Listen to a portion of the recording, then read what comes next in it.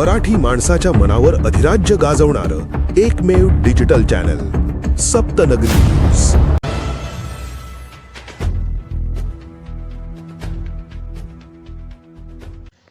कथित ऑडिओ क्लिपमध्ये शिवसेनेचे आमदार आमशादादा पाडवी यांच्यावर अपशब्द वापरले।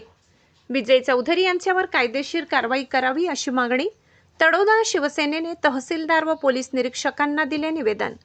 कथित व्हायरल ऑडिओ क्लिपमध्ये शिवसेनेचे लोकप्रतिनिधी आमदार आमशादादा पाडवी यांच्यावर अपशब्द वापरणारे भाजपाचे माजी उत्तर महाराष्ट्र संयोजक विजय चौधरी यांच्यावर कायदेशीर कारवाई करावी अशी मागणी शिवसेनेच्या वतीने केली आहे। या प्रकरणी तळोदा शिवसेनेच्या वतीने तहसीलदार व पोलीस निरीक्षकांना निवेदन देण्यात आले। याबाबत निवेदनात म्हटले आहे की मागील काही दिवसात भाजपाचे माजी उत्तर महाराष्ट्र संयोजक विजय चौधरींच्या काही मोबाईल ऑडिओ क्लिप व्हायरल झाल्या होत्या। सदर क्लिपमध्ये विजय चौधरी यांनी शिवसेनेचे आमदार आमशादादा पाडवी यांना गुंड व गुन्हेगार प्रवृत्तीचा माणूस असे म्हटले। आमदार आमशादादा पाडवी हे आदिवासी कल्याणासाठी झटणारे व्यक्तिमत्व आहेत। नंदुरबार जिल्हा आदिवासी बहुल जिल्हा आहे। नंदुरबार जिल्ह्यातील वातावरण दूषित करण्याचे काम विजय चौधरी नावाच्या माणसाने केले आहे।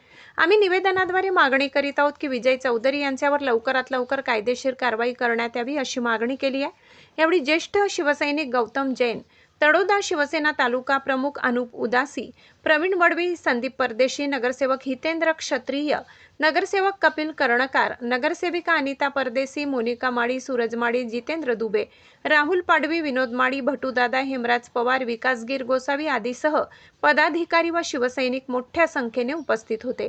सप्तनगरी न्यूज ब्युरो, तळोदा। दिवसामध्ये नंदुरबार जिल्ह्यामध्ये काही व्हिडिओ क्लिप व्हायरल होत आहेत।